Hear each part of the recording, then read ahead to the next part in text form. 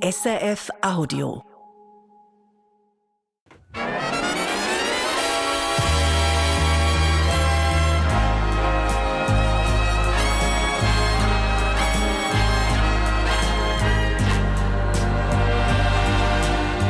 Persönlich.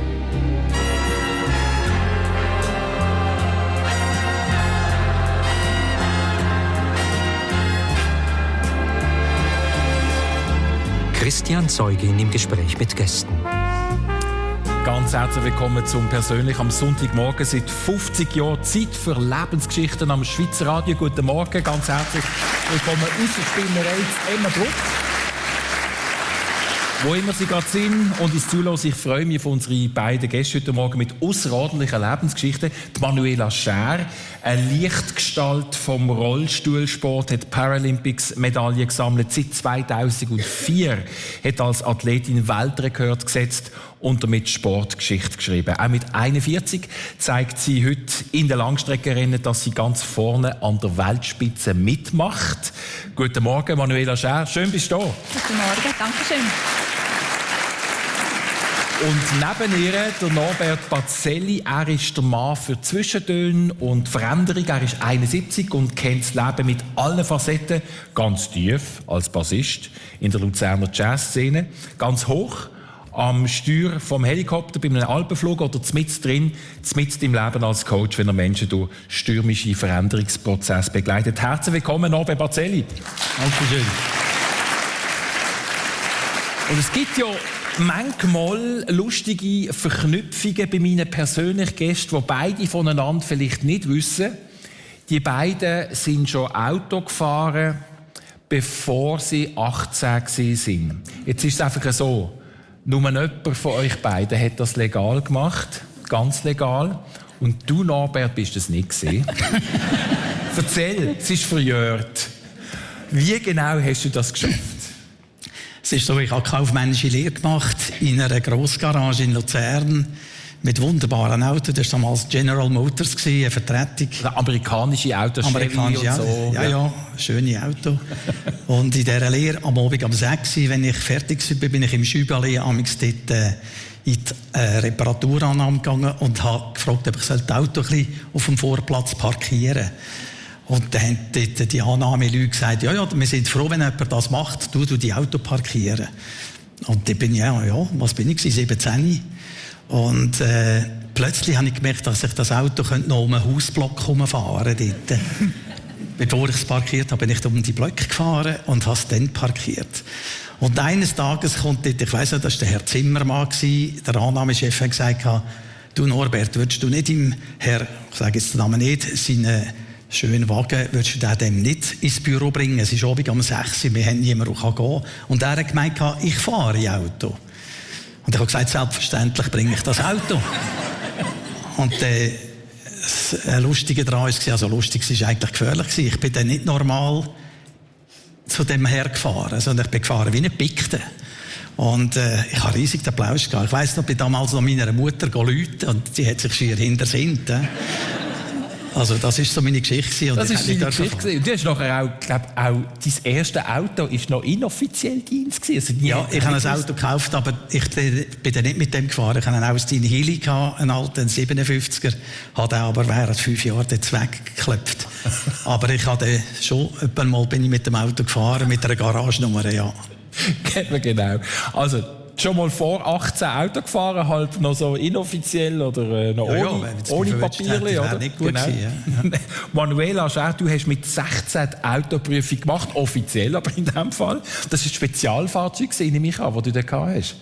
Ein Spezialfahrzeug insofern, dass es einfach umgebaut ist, genau, dass ich es mit den Händen bedienen kann. Genau, ja. Ich konnte dort ausserordentlich eigentlich die Autoprüfung machen, weil ich keine Chance hatte, die ÖV zu nutzen. Ja. Habe ich mit 16 gemacht und bin dann eigentlich immer am Sonntagabend mit meinem kleinen VW Golf ins Welschen runtergefahren, weil ich das 10. Schuljahr gemacht habe. Genau. Es war eine gute Zeit in mir. Also, es war eine gute Zeit. Ja, Symbol von der Freiheit auch, oder? Wo du selber in deinem Wagen gesessen bist. Ja, und es hat mir natürlich extrem viel Selbstständigkeit gegeben. Ja. Und auch Freiheit meiner Eltern, weil sie haben natürlich mich vorher überall hinfahren. Du bist ins Welschland einmal gefahren, du hast dort ein Welschlandjahr verbracht, wie man würde sagen, gell? Genau, ich habe dort das 10. Schuljahr gemacht, mit Schwerpunkt Französisch. Wir haben aber auch alle anderen Fächer gehabt. Ja. Du fährst heute auch, wenn wir so ein bisschen bei den Fahrzeugen bleiben, ein dynamisches Mountainbike mit Elektrounterstützung. Ich spüre da so eine gewisse Liebe und Faszination durchaus für das mobile Hightech, oder? Hast du das? Ja, oder einfach für Freiheit oder für Selbstständigkeit, genau. Und alles, was noch ein bisschen mit Tempo und sportlicher Aktivität im Zusammenhang ist, habe ich sehr den Plausch, genau. Und das Mountainbike das ist so ein bisschen neu. Das ist, seit so 3-4 Jahren gibt es verschiedene Anbieter, die so E-Mountainbikes auf den Markt gebracht haben.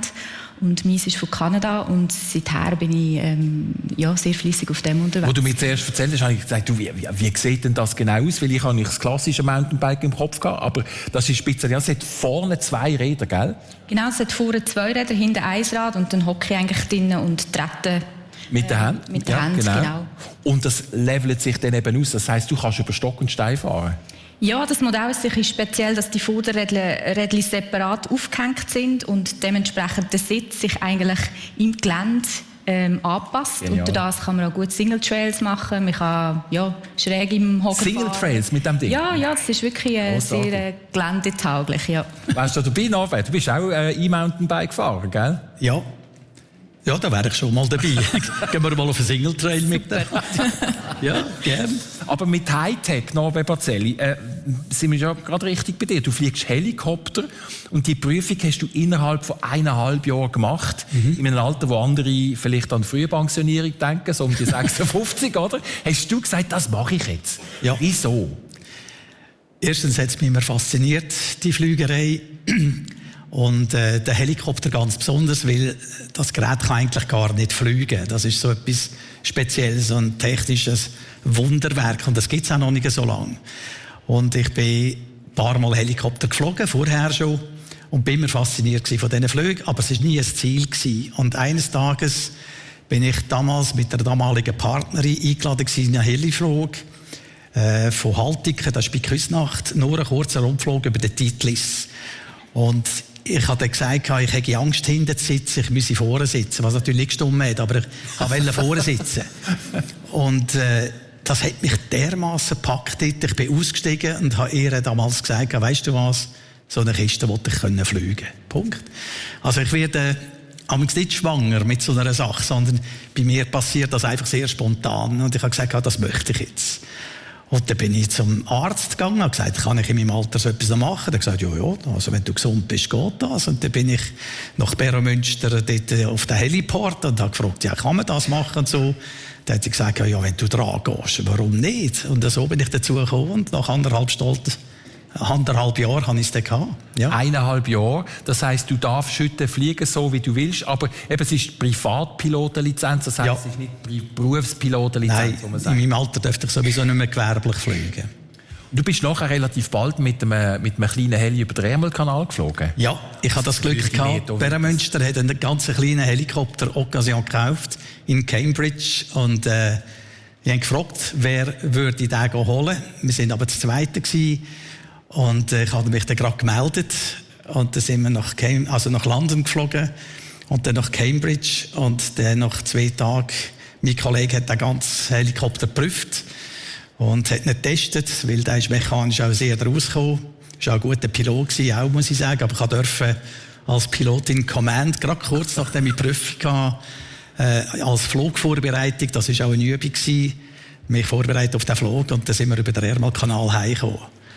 Bei grässlichsten Bedingungen. Also wir haben so viel Gegenwind gehabt. Wir mussten schon in Calais müssen tanken und bei einem Flugplatz. Wir haben so viel Sprit gebraucht. Ja. Und der Flugplatz war zu gewesen, der war gar nicht mehr in Betrieb gewesen. Und dank meiner Kenntnis von Französisch sind wir dann irgendwie so Benzin gekommen.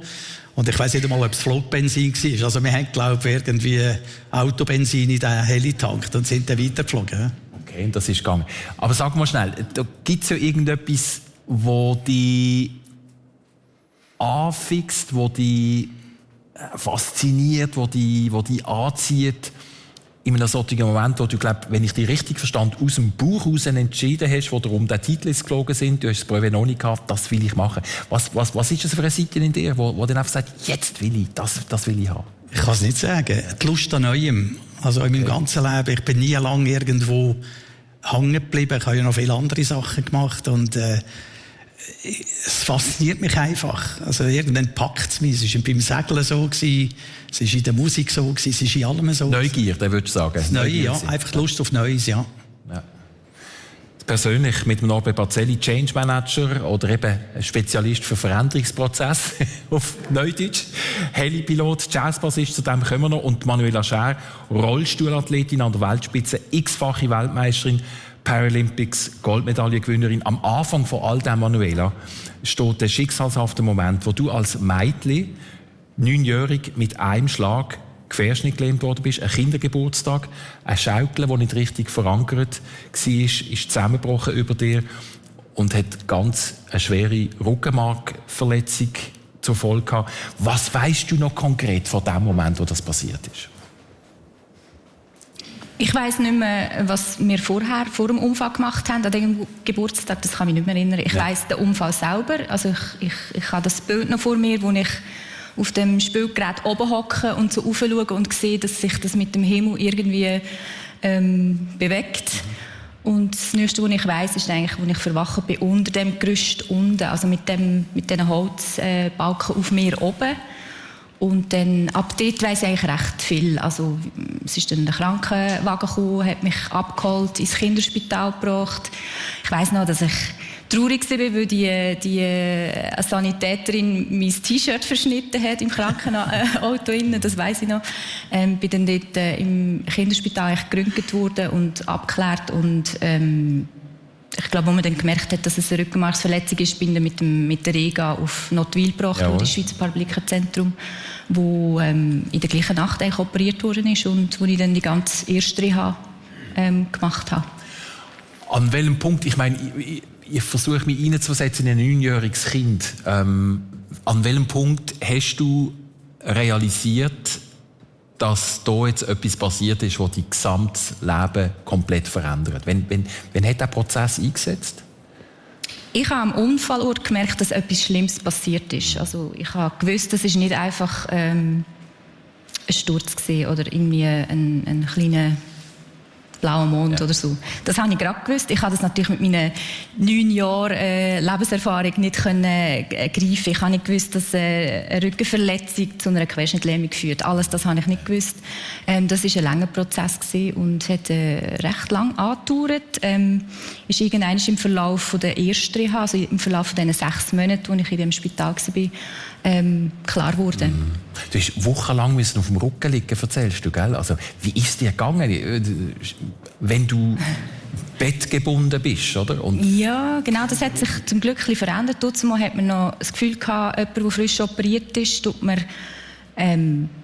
flach liegen. Bei mir sind das 3 Monate gewesen, wo man gewartet hat. Heute tut man möglichst schnell mobilisieren, weil man weiss, das ist wichtig für alles andere, oder? Für das ganze, für die ganze Maschinenkörper, dass die am Laufen bleibt. Und nach 3 Monaten liegen fängt man natürlich bei Null an. Und das war so schwierig gewesen. Ich war auch ein lebhaftes Kind gewesen, ich war aktiv gewesen. Und das flache Liegen im Spital, das ist eine schwierige Zeit gewesen. Eben, du bist ja vorher schon Sportlerin gewesen, bist in der Turnriege gewesen, du bist Läuferin gewesen. Also das ist von 180 auf 0 quasi jetzt in die völlige Immobilität. Wie bist du begleitet worden damals, weißt? Also auf einer psychologischen, seelischen Ebene?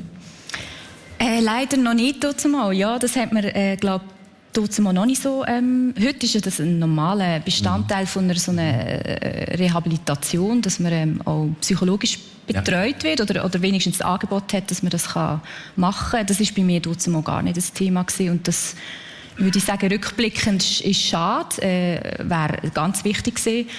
Ich habe das wie Jahre später ein bisschen für mich müssen merken, dass da irgendwie noch ein Bedarf rum ist. Ich habe dann auch irgendwie Jahre später eine Traumatherapie gemacht, die sehr viel gebracht hat. Aber es ist natürlich sehr eng begleitet worden von der Familie. Das ist, glücklicherweise sind wir dort alle in der Region gewesen. Anfahrtswege sind einigermaßen machbar gewesen. Und einfach super Personal vom Schweizer Paraboliker-Zentrum, das sich da sehr engagiert haben. An welchem Punkt bist du so weit gewesen, als erwachsene Frau, dass du dir das Traum anschauen konntest? Also, ist das schon in der Zeit gewesen, wo du deine Erfolge eingefahren hast? Ja, es ist noch nicht so lange her, tatsächlich. Ich habe einfach gemerkt, dass gewisse Sachen, die passieren in meinem Leben, die mich stören oder traurig machen, dass es sehr in ein tiefes Loch immer geführt hat und dass ich das Gefühl hatte, das ist nicht normal, dass es immer so tief runtergeht. Bei Sachen, die normal im Leben passieren halt. Und habe dann durch das eigentlich gemerkt, dass da irgendwie die Stressspanne bei mir einfach sehr eng ist und dass die bei anderen Leuten viel mehr mag abfahren, und bin dann durch das so ein bisschen beim Recherchieren auf die Traumatherapie gekommen und habe gemerkt, dass das ist, glaube ich, eine gute Idee. Du hast gewonnen durch das, auf einer anderen Ebene auch nochmal. Bewegung, der Sport, eben die Hochleistungssportlerin, wo du nachher geworden bist, ja sehr, sehr jung auch schon. An welchem Punkt hast du das entdeckt für dich? Also, dass die Arme so viel leisten können und dass du plötzlich zu einer Spitzenathletin kannst werden? Ich bin da, glaube ich, ein bisschen reingerutscht. Ich bin, wie gesagt, schon vorher sehr sportlich gewesen. Ich bin in der Läuferin gewesen, gerade kurz vor meinem Unfall eigentlich spezifisch in die Läuferin gewechselt. Ja, viel Ski gefahren, einfach aktiv. Mein Lieblingsfach in der Schule war immer das Turnen. Ich bin weniger gerne in der Mathe oder im Deutschen gehockt, sondern wirklich gerne eigentlich aktiv. Und das ist eigentlich im Schweizer Paraboliker-Zentrum sehr früh erkannt worden. Auch Guido Azech hat das immer sehr, sehr gefördert, dass man Sport treibt. Zum einen den sozialen Aspekt, den das natürlich bringt. Man ist integriert in einer Gruppe. Sport ist einfach sehr heilend. Auf der anderen Seite macht es etwas mit dem Körper. Man ist fit, man kann den Alltag selber bewältigen, wenn man genug Kraft hat für die ganzen Transfers und so weiter und so fort. Und bin dann eigentlich dort schon in den Kreis der Sportlerinnen und Sportler, die zu Notwil trainiert haben, geraten und hatte dort einen super Austausch gehabt und bin dort so ein bisschen an die Hand genommen worden und mehr oder weniger unmittelbar nachher, also ja, mit 10, 11 in den Rennrollstuhlsport eigentlich hineingeführt worden. Du sagst 2004, wenn wir schnell vorkommen zu Athen, du seist dort völlig unbeschwert an die Paralympics gegangen. Absolut, ja. Das würde man manchmal wieder ein bisschen wünschen, so die Unbeschwertheit und so ein bisschen das Naive. Ja, wir gehen mal und schauen mal, was passiert. Du hast Medaille geholt, oder? Genau, 2 Medaillen geholt, ja. Was war das für ein Moment für dich? Ja, Überraschung für alle, also nicht nur für mich selber, auch glaub, für alle rundherum. Und ja, schön, wenn man so ein bisschen mit der jugendlichen Unbeschwertheit ein bisschen abliefern kann, genau. Also für deinen Weg, Manuela, also hast du unsere ganze Bewunderung. Vielen Dank für deine Offenheit in diesem Moment. Persönliche Schilderungen, live und persönlich auf SRF 1. Das Herz von unserem zweiten Gast, Norbert Bazelli, brennt für die Musik, für den Jazz. Selber auch passionierter Jazzbassist. Und ich würde sagen, wir nehmen doch gerade mal eine Ohrvoll bei dieser Gelegenheit. In a mellow tone, that's the way to live. If you mock and moan, some things got to give. Just go your way. You find someday you can't go wrong in a mellow tone. Get it, Gina. In a mellow tone, das ist, glaube ich, im Original von Duke Ellington, auch mit der Ella Fitzgerald bekannt. Ja. Das war jetzt leider nicht Ella gewesen, sondern eine Begleiterin, die aber extrem auf hohem Niveau singt. Und du bist am Bass gewesen hier. Ja. Also unten durch, wo der Walking Bass, das ist der Norbert Bazelli. Jawohl. Eine riesen Freude hast du an dem, gell? Ich habe eine riesige Freude. Ich muss sagen, die Sängerin, das ist Miriam D. Mhm. Sie ist lange Jahre die Frontsängerin beim Pepe Lienhard. Und mir gelingt es mit einer Combo. Ich habe ja nicht eine eigene Combo in dem Sinne. Ich tue immer Musiker zusammenstellen. Und habe das Glück, dass ich da sehr gute Leute finde. Ja. Du hast sehr früh angefangen zu musizieren, gell? Und du bist das erste Mal als Jugendlicher in einer Tanzband zu Luzern gewesen. Das ist so, ja. Ich war begeisterter Musikfan schon als Kind. Aber gefördert in dem Sinn bin ich nicht geworden. Ich habe einzig einmal eine Gitarre bekommen. Und mit der habe ich dann angefangen zu spielen. Und ich habe damals in der Mutter die Stege spönen, einmal in der Woche, und habe für das 3 Franken bekommen. Und immer mit diesen 3 Franken jede Woche bin ich eine Single kaufen. Ich hatte von den Beatles alle Singles gehabt und alle Longplays. Und dort bin ich in die Musik hineingekommen und hatte Applaus gehabt. Und du bist in der Lehre gewesen, gell? Also du bist vor allem noch unter 18 gewesen, auch dort. Ja, dort bin ich also man hat anfangs Pubertät gewesen, also irgendwie 12, 13. Und ich habe dann irgendwann gemerkt, dass ich gerne mehr Musik machen würde. Man hat ja kein Aufnahmegerät gehabt. Damals hat man noch so komische Kassettchen gehabt. Und ich habe aus einem alten Röhrenradio einen Verstärker gebastelt. Ja. Und habe dann an meiner Gitarre so einen kleinen Tonabnehmer gemacht. Und dann ist in Luzern die Jazzschule gegründet worden. Die erste Jazzschule mit Bern zusammen ist das, glaube ich. Und ich bin da in die Jazzschule gegangen. Das war noch eine ganz andere Jazzschule als heute. Heute ist das eine Hochschule. Das war damals natürlich nicht gewesen, sondern man ist dann 2-mal in der Woche an einem Kurs, am Samstagmorgen. Und dort habe ich dann einen ganz wunderbaren Menschen kennengelernt. Der Peter Sigrist, der jetzt ganz leider kürzlich verstorben ist. Und er war der Gründer, Mitgründer von dieser Jazzschule. Und er war mein Lehrer. Und er hat das Gefühl gehabt, du hast Talent. Wir sind eine Tanzmusik. Das Peter Thali Quintett hat das geheissen. Und der steigt aus, willst du bei uns einsteigen? Und ich meinte, ich höre nicht recht, weil ich bin 17 und alle anderen sind etwa 10 Jahre älter als ich. Und dann habe ich gedacht, ja, also da gehst du rein, natürlich, ist klar. Und dann habe ich geübt, auch wie ein Wahnsinniger daheim. Ich habe immer den Kopf vor dem Radio gehabt und die Tonbändchen abgelassen und habe dort das Repertoire geübt. Und dann ist etwas Verrücktes passiert. Die Band hat wirklich ein gutes Niveau gehabt und wir haben eine Anfrage bekommen, im Luzerner Häsiland 14 Tage lang zu spielen. Und das Häsiland, es hat ja mehrere gegeben in der Schweiz, das war das Dancing in der Schweiz. Also, das ist dort spielen, da haben Vollprofis gespielt. Und da haben wir 14 Tage lang dort gespielt und ich bin noch in der Lehre gewesen. Also, du kannst dir vorstellen, ich bin jeden Morgen, je nachdem, wie es ein bisschen ausgegangen ist am Abend dort, bin ich um 3 heimgekommen, frühestens. Mein Vater hat sich schier hintersinnt, der hat das nicht gewusst, ich habe mir das nicht gesagt. Sie haben einfach gesagt, wo kommst du her? Und er hat gesagt, ja, wir spielen mit der Band ein bisschen Musik. Und ich bin abends Nacht das Stegenhaus auf, wir hatten einen Holzstegen gehabt, 2 Holzstegen. Ich habe fix jeden Tritt gewusst, wie stark dass er knarren tut, oder? Da habe ich manchmal so Doppelschritt gemacht und bin dann leislich in die Türen rein.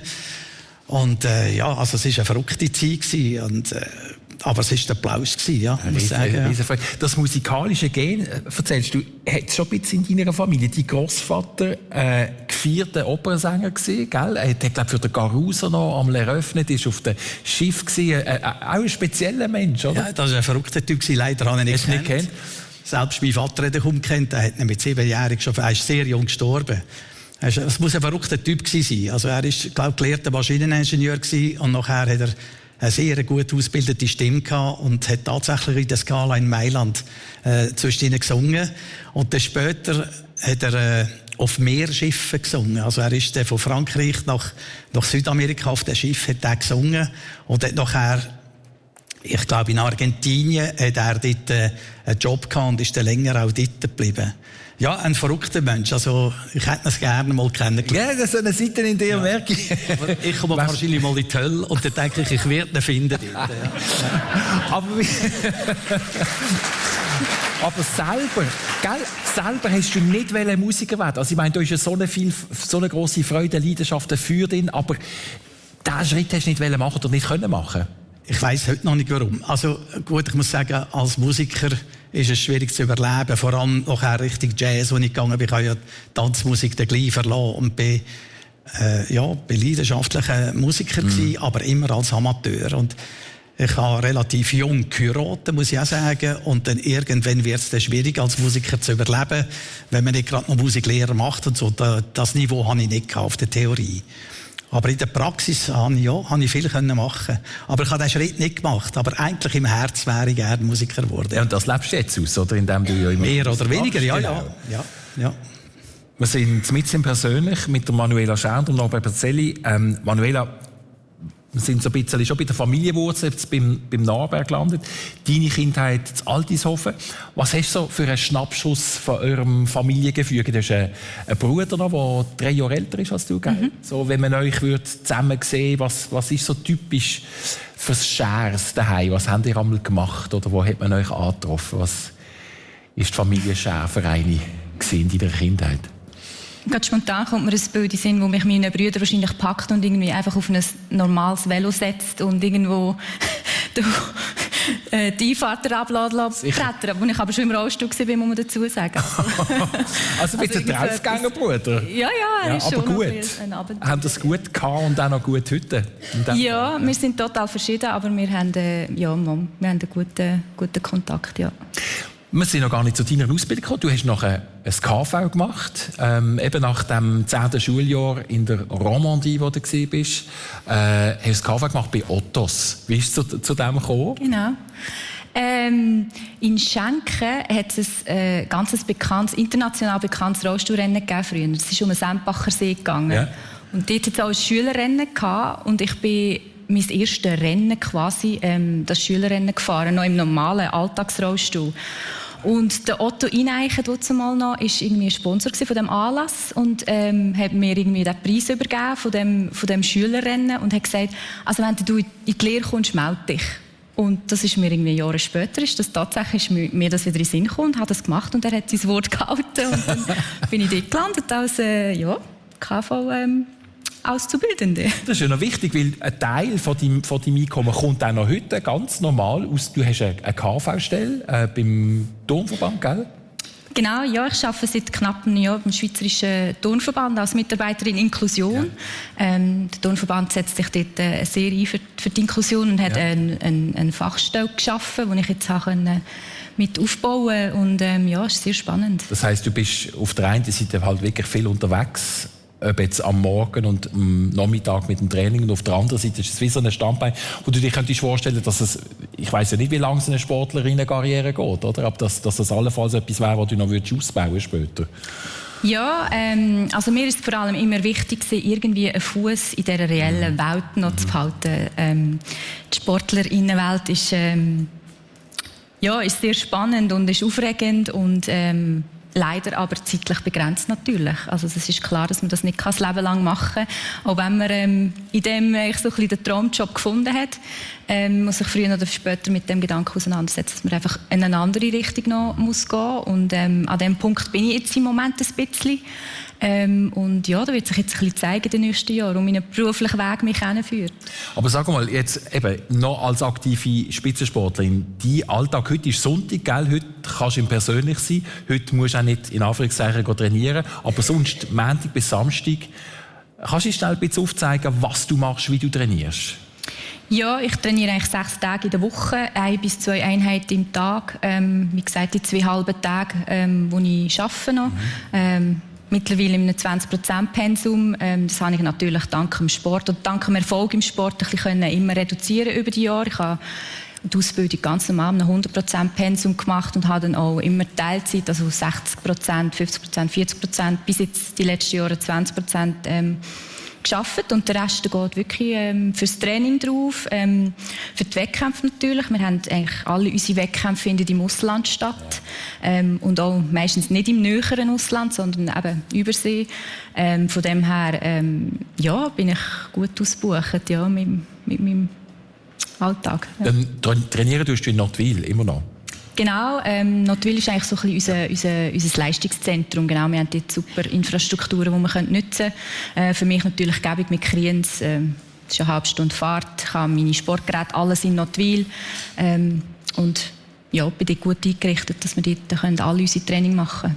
Du hast jetzt eine schwarze Jacke an, man sieht die linken Unterarm nicht. Aber dort trägst du ein Tattoo, das ich beim Vorgespräch wieder gesehen habe. 6mm steht dort drauf. Nein, zuerst bin ich nicht sicher, ist das jetzt irgendein Stempel, weil es ist sehr dezent. Also es ist ein ganz wichtiges Tattoo, so klein wie es ist. Sag schnell, für was steht das 6mm? Ja, das steht eigentlich für die 6 Major Marathon. Das ist so eine Marathonserie, wo die 6 grössten Marathon auf der Welt dazugehören. Das ist, gut, mittlerweile sind es 7 seit letztem Jahr. Das sind 6 vorher. Das ist Tokio, London, Boston. und dann im Herbst Berlin, Chicago und New York. Und wir fahren normalerweise eigentlich alle 6 und dann gibt es pro Marathon, je nach Rangierung, gibt's Punkte und dann gibt es zuletzt wie eine Serienwertung. Und ich bin eigentlich die Erste, die in einem Jahr oder in einem Durchgang alle 6 gewinnen. Und das ist sicher eines meiner absoluten Highlights. Das meine ich ja wirklich. Du hast wirklich Sportgeschichte geschrieben, oder? Das ist schon unglaublich. Was nimmst du so mit, weißt, wenn du jetzt auch wieder vor Publikum und das Tattoo, was für einen Boden gibt dir das? Was ich mitnehme, ist natürlich ganz, ganz viel Dankbarkeit. Das ist, man stellt sich das so vor, ja, man muss einfach hart trainieren und dann gewinnt man. So einfach ist es nicht. Es muss ganz viel passen und man muss ganz viel Glück auch haben. Man muss das richtige Umfeld finden, die richtigen Leute, die einem auch einfach unterstützen. Das macht man nicht alleine, auch wenn es ein Einzelsport ist. Schlussendlich. Gesundheit muss mitmachen, der Körper muss mitmachen und ja, es ist einfach, ich bin einfach dankbar, dass ich das so viele Jahre auf so einem Niveau machen und ganz viele schöne Momente, ganz viele schöne Erinnerungen, viele schöne Begegnungen, Erlebnisse, die ich mitnehmen darf. Das ist so ein bisschen wie eine internationale Community, habe ich das Gefühl, gell? Ihr kennt euch. Das ist eine kleine Gruppe, die sich dann halt immer wieder trifft, ob jetzt Tokio, Boston, London, Paris oder wo auch immer. Ja, wie ein Wanderzirkus, ja genau. Nein, es ist eine kleine Bubble, ja. Wir kennen sich und ja, ich habe auch wirklich wertvolle Freundschaft aus dieser Bubble gewonnen. Ich möchte noch schnell etwas dazu sagen. Wir reden jetzt vom Marathon, aber ich habe dich natürlich dann schon jetzt ein bisschen gegoogelt. Und die Paralympics, also ich habe vor allem jetzt noch im Kopf Paris 24, ist sie im 800 Meter, du hast ja den Weltrekord auch in 800 Meter. Aber das müsst ihr anschauen. 800 Meter ist sie an 3. Stelle mit dem Rollstuhl hinten. Und ich habe gedacht, ja, das reicht nie. Und in den letzten 200 Metern, also tust du hier den Blinker raus und gehst vorne. Und sie gewinnt etwa mit 3 Längen Vorsprung. Also die das nicht gesehen haben, das müsst ihr anschauen als Chapeau, oder? Also Wahnsinn. Unglaublich.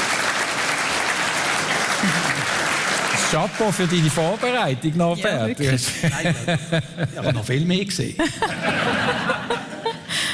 Jetzt ist noch eine lustige Gemeinsamkeit. Also KV sind wir jetzt gerade bei dir gewesen. Deine allererste Ausbildung Norbert Barzelli ist auch, hast du das KV gemacht? Ich habe das KV gemacht in dieser Grossgarage und habe so den Applaus gehabt, diesen Kerren dort, dass ich einen Automechaniker-Lehre gemacht habe. Noch hinten dran gehängt? Gerade hinten angehängt, ja.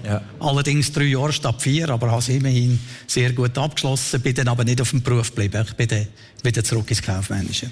Was dich ja auch ausmacht, glaube ich, als Begleiter von Veränderungsprozessen, eine von deinen Qualitäten und die Qualifikationen, die du hast, ist auch, dass du selber Brüche erlebt hast im Leben, oder? Und von dem auch erzählst, kannst schildern, was so passiert ist, weißt, was dich zu dem gemacht hat, wo du heute bist. Also gut, zuerst ist es recht erfolgreich weitergegangen. Ich habe das Glück gehabt, dass ich vor allem etwa 12 Jahre in einem sehr guten Netzwerk arbeiten durfte, als assoziierter Partner. Aber auch das hat mir dann irgendwann ein bisschen ausgehängt. Ich habe nicht mehr so den Plausch gehabt an dem. Das müssen wir schnell, das klingt jetzt ein bisschen verklausuliert. Ich weiss, du hörst das Wort nicht gern Consultant, aber du bist Berater gewesen, oder? Ja, also ich bin eigentlich eidgenössisch diplomierter Marketingleiter. Marketingleiter, genau. Bin dann aber in das reingerutscht, bin dann zu einer Consulting-Firma gekommen, wo ich viele Jahre dort war, eigentlich erfolgreich, darf man sagen. Und habe in dieser Zeit Tausende von Leuten in Workshops begleiten. Ja. Ich weiss nicht, wie viele sind, über 4000 gewesen. Ich habe 4 Jahre lang nur in Deutschland gearbeitet. Und ich bin 2-mal nach Deutschland geflogen in der Woche. Also ich bin 4-mal auf dem Flieger dort. Heisst, es sind Firmen, die umgebaut worden sind? Es war vor allem eine grosse Firma. Das war die drittgrösste deutsche Bank. Das war die Dresdner Bank. Die gibt es heute nicht mehr. Und die sind in einem Veränderungsprozess. Die haben in 4 Jahren 20'000 Leute entlassen. Haben 46'000 Leute gehabt damals. Und dort bin ich etwas reingerutscht und habe gemerkt, was Veränderungen bedeuten. Und habe dann in diesen Workshops die Leute auf Veränderungen vorbereitet und habe mich dann auch ausgebildet darauf. Und in diesem Netzwerk hat es hervorragende Leute gehabt. Ich habe von denen am meisten profitiert. Also auch ein sehr guter Psychologe. Der Jens Korsen, ein fantastischer Mensch, und ich habe von ihm auch sehr viel profitiert. Und dann bin ich reingekommen und ich bin nachher zu dem Netzwerk aus. Und dort ist mir ein Projekt versprochen worden, ein Fusionsbegleiter auch in Deutschland. Und das ist dann weggegangen. Das habe ich dann nicht bekommen.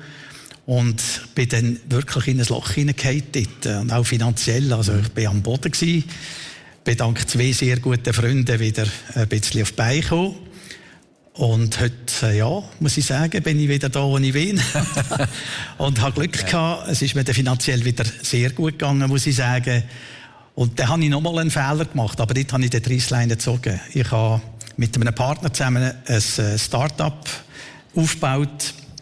Das war die Entwicklung von einer Suchmaschine, wo ich ja keine Ahnung davon. Ich verstehe von dem nichts. Aber der Partner hat sehr viel verstanden davon.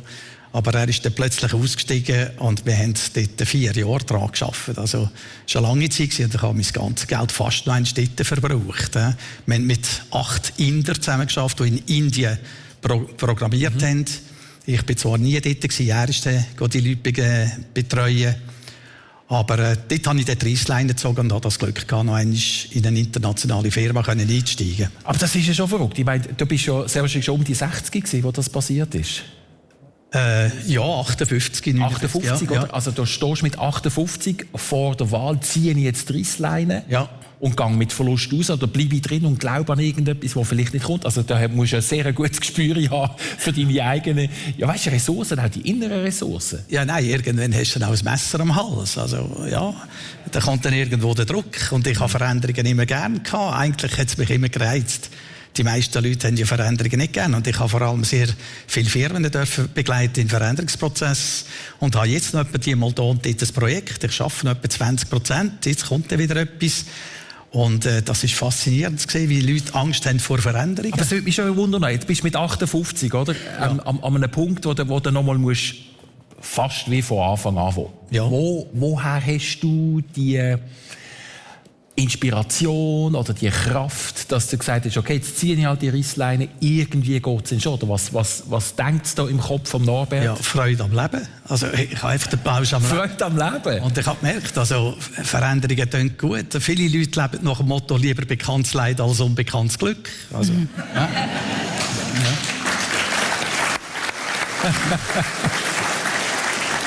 Ein von deinen Sprüchen, die ich weiß nicht, ob ich es hier gelesen habe, ist: Gestern ist tot, morgen kommt nie, was zählt, ist heute. Ja, genau. Ja, nach dem lebe ich immer noch. Das ist mir noch wichtig. Und der Spruch ist ja nicht von mir. Den gibt es irgendwie schon lange, aber ich habe ihn einmal ganz interessant erleben, diesen Spruch. Ich hatte das Glück gehabt, dass ich einen französischen Kollegen hatte, der eine Firma hatte in Mulhouse. Und wo wir uns getrennt haben, er hat auch für die Firma geschafft, die ich damals geschafft habe, hatte ich einen Schlüssel gehabt in Paris, zu einer ganz kleinen 3-Zimmer-Wohnung. Das war so in einem Taubenschlag oben gewesen, ich glaube, das Quartier heisst Saint-Germain-des-Prés. Und ich war viel in Paris in dieser Zeit. Ich war sicher 3-4 Mal im Jahr in Paris gewesen. Und ich liebe die Stadt heute noch. Ich finde es eine wunderschöne Stadt. Und dort war unten in der Nähe ein Restaurant gewesen, und der hat ein Schild an den Türen. Ich habe es einmal noch fotografiert und dort drauf ist gestanden: Demain on mange ici gratuit. Also morgen isst man hier gratis. Und dann bin ich am anderen Tag gekommen, der hat gesagt: hast du nicht richtig gelesen? Morgen kommt nie. Sehr schön. Ich glaube, was euch sicher auch verbindet, ist schon, es ist ein bisschen viel genutztes Wort mittlerweile, Resilienz. Oder? Also wieder können aufstehen oder der Zweig, der eben nicht verbricht, sondern sich wieder gerade biegt.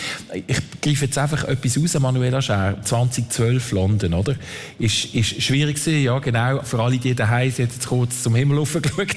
Es war eine schwierige Zeit gewesen. Und trotzdem hast du dann weitergemacht. Kannst du es schnell zurücknehmen? Also ich meine, das war vielleicht ein ähnlicher Augenblick wie der Norbert, der mit 58 Start-up und dann geht es irgendwie den Bach ab und er muss aussteigen und so. Dort ist es bei dir gesundheitlich ist dir nicht so gut gegangen, gell? 2012. Ja, ich glaube, es ist ein bisschen viel zusammengekommen dort. Es war Paralympics London 2012. Ich musste relativ viel investieren, um die Quali zu schaffen. Also bin eigentlich in guter Form gewesen für die Quali-Phase, habe mich qualifiziert und dann das Level einfach nicht behalten und wirklich schlechte Spiele erlebt. Ich wollte eigentlich Medaillen gewinnen, bin weit weg von Medaillen und gleichzeitig auch gesundheitlich nicht weg und habe dann später, oder besser gesagt nach der Heimreise von London ins Spital einrücken und für mehrere Wochen eigentlich im Spital sein. Aber ja, was er sagt, das hält mich sehr ab, so dass die nicht Angst haben vor Veränderungen oder das als Chance sehen, zum Sachen anpacken. Ich glaube, das ist sehr tief in uns verankert, so dass wollen in dieser Komfortzone bleiben und so das Altbekannte wollen behalten und sich dort aufhalten. Aber eigentlich ist es immer eine Chance, wenn man etwas verändern kann. Was erlaubt es dir, aus der Komfortzone rauszugehen? Oder bei uns ist es ja sehr wohl einfach im lauwarmen Bad und jetzt will ich noch nicht aussteigen, das Badwasser ist doch so schön, aber irgendwann wird es dann doch kühler und man muss raus. Oder? Was treibt dich an, weißt, aus dieser Komfortzone in die Veränderung hineinzugehen, Manuela? Dopamin. Dopamin. Ja, und das Neue ist aufregend, oder? Es gibt einem einen Kick, das ist spannend, man kann etwas anpacken, man erlebt etwas, was man vielleicht nicht könnte. Das ist das, glaube ich, bei mir. Bei mir ist es die Neugier. Ich habe einfach Lust an allem. Es gibt nichts, was mich nicht interessiert. Mich interessiert der Sport, die Musik, die Kultur, die Politik, die Wirtschaft. Ja. Und ich bin ein YouTube-Junkie. Also jeden Tag bin ich sicher 2 Stunden auf YouTube. Sicher? Und manchmal nächtelang. Wo führt es dich da durch? Was ist ja, also vor allem auch Musik, ja, aber auch Technik, auch Pflügerei, alles. Ja. Die Medizin auch, gefällt mir auch, ja. Ihr sind, ich sage es jetzt ganz neutral, ihr lebt allein, sind aber nicht allein, logischerweise in eurem Leben. Ihr habt Familie. Du hast 2 tolle Hunde, die man kennenlernt, wenn man die besucht. Ich habe riesen Freude gehabt. Tevi und Louis sind deine beiden, die dir, glaube ich, wahnsinnig viel gerne haben, oder? Deine beiden Begleiter. Das ist quasi ein Wege, die ihr habt, zu dritt. Oder? Ja, wir sind eine Chaos-Truppe. Ja, da läuft immer etwas, besonders seit der zweite Hund, der Tevi, eingezogen ist. Der ist vor 2 Jahren vom Tierschutz von Kreta dazu gestoßen zu unserer Gruppe und ja, der wirbelt alles noch mal ein bisschen auf und bringt ganz viel Action in meinen Alltag. Ist es ein bewusster Entscheid, dass du einen Hund zuerst einen haben oder diesen Hund mit, ja, einfach, wo die antreiben oder wo dir auch emotional etwas geben? Also Dopamin kann ja sehr wahrscheinlich auch von dir kommen, oder? Ich hatte immer gerne Tiere, besonders Hunde. Wir hatten auch einen Familienhund. Lange war das natürlich nicht möglich, dass ich selber einen Hund haben kann. Einfach Zeitaufwand. Wir haben Verantwortung, das muss man sich sicher gut überlegen. Und dann, das war zu einer Zeit, wo ich ganz verbissen im Sport drin war. Es hat sich alles nur um Leistung auch gedreht. Und ich habe so ein bisschen gemerkt, dass mir wie so ein bisschen etwas Weiches, etwas für mein Herz in meinem Leben fehlt tatsächlich. Dass ich so ein bisschen getrimmt bin auf nur Leistung. Und dann ist eigentlich der Louis vor 8 Jahren zu mir gekommen, echt mit dem Gedanken, etwas fürs Herz zu haben. Und der hat das gut erfüllt. Ja. Der bringt so ein bisschen die weichere Seite von mir auch vor. Genau, so ein bisschen das Mütterliche tatsächlich. Das klingt ein bisschen blöd, aber wir haben eine Verantwortung für die Tiere. Ja, genau. Und mittlerweile ist es einfach auch ein Hobby, auch mit denen Sport zu machen. Ich habe angefangen Mantrailing machen mit dem Hund, das ist Personensuche.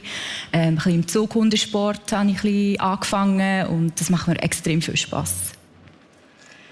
Wir sind fast in der Endrunde und ich frage mich, wenn ich das Stichwort Neugier spüre bei dir, Norbert, und so die Freude am Dopamin, an den tiefen Gefühlen, intensiven Gefühlen, willst du noch etwas lernen jetzt? Also ich meine, du hast Helikopter, machst Musik, bist First Responder, spielst Golf, bist immer noch beruflich aktiv, 20-30%. Was ist der letzte Kützel? Wo hast du das Gefühl, was dich noch anziehen, Norbert? Nein, also Ziel habe ich keine in dem Sinne jetzt gerade, wo ich erreichen will. Aber ich will das ausleben, was ich jetzt habe und das gefällt mir. Und das Sport treiben und vor allem mein Ziel ist eigentlich, die Gesundheit zu behalten, die ich habe. Ich bin zum Glück kerngesund und das stellt mich auf. Und das auszuleben. Also ich finde, ja, wir haben so viele schöne Sachen, die wir leben können, also machen wir es.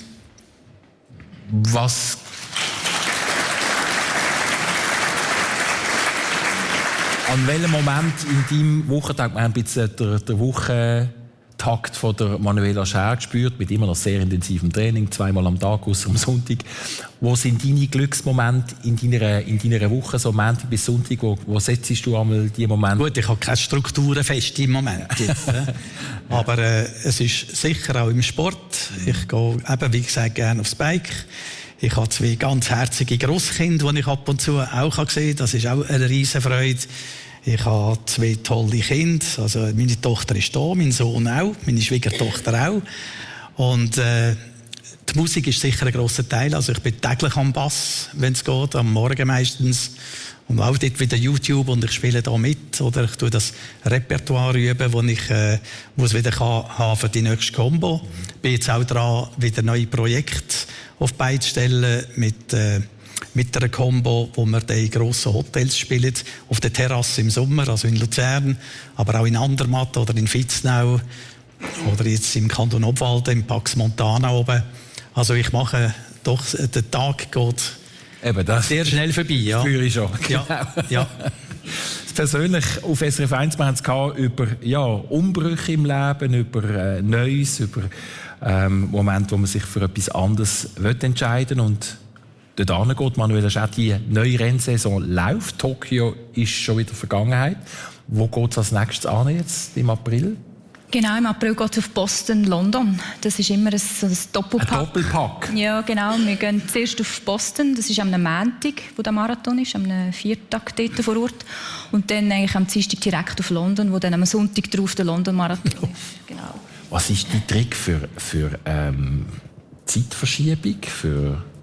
Also mit dem überhaupt klarzukommen? Das sind ja wahnsinnige Zeiten. Also Tag hin und her und dann nach dem Rennen müsste ich mich zuerst mal 2 Wochen erholen, sehr wahrscheinlich. Und du gehst einfach gerade weiter. Also was machst du?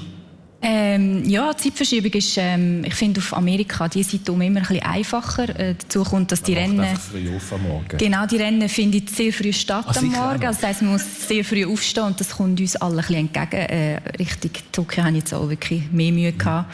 Mit dem steigenden Alter wird es auch nicht einfacher, muss ich sagen. Also ich stecke das auch nicht mehr. Nein, ich stecke das auch nicht mehr einfach so weg als Reisen nicht. Ich finde es anstrengend. Aber ich glaube, ein guter Trick, den ich immer gemacht habe, ist, wenn ich in den Flieger steige, dann denke ich nicht immer darüber nachdenken, was jetzt daheim für Zeit ist. Ich bin dann einfach dort, wo ich bin, tue mich an diesem Tag anpassen und das funktioniert eigentlich relativ gut.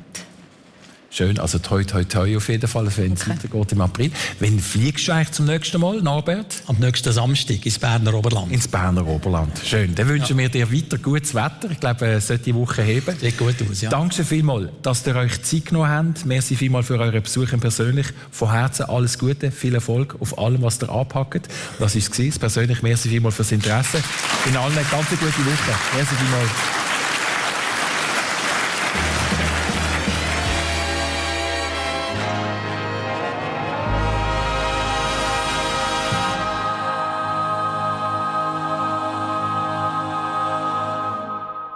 Gast in dieser Wochentag-Sendung persönlich beim Christian Zeugin sind Manuela Schär, Rollstuhlsportlerin, und der Norbert Pazelli, Unternehmer und Wirtschaftscoach. Die Sendung ist live aus der Spinnerei in Ammerbruck gekommen. Technik Patrick Arnold und Florian Wetter. Die Sendung wird heute Abend am 10 Uhr hier auf Radio SRF 1 wiederholt, oder ich kann sie jederzeit nachhören, srf1.ch/persönlich.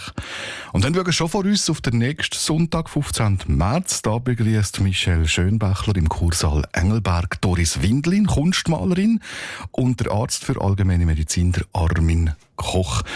Da könnt ihr also euch vor Ort zum Beispiel dann mit dabei sein im Kursaal Engelberg oder natürlich am Radio nächsten Sonntag Vormittag am 10 Uhr auf dem Eis. Das war ein Podcast von SRF.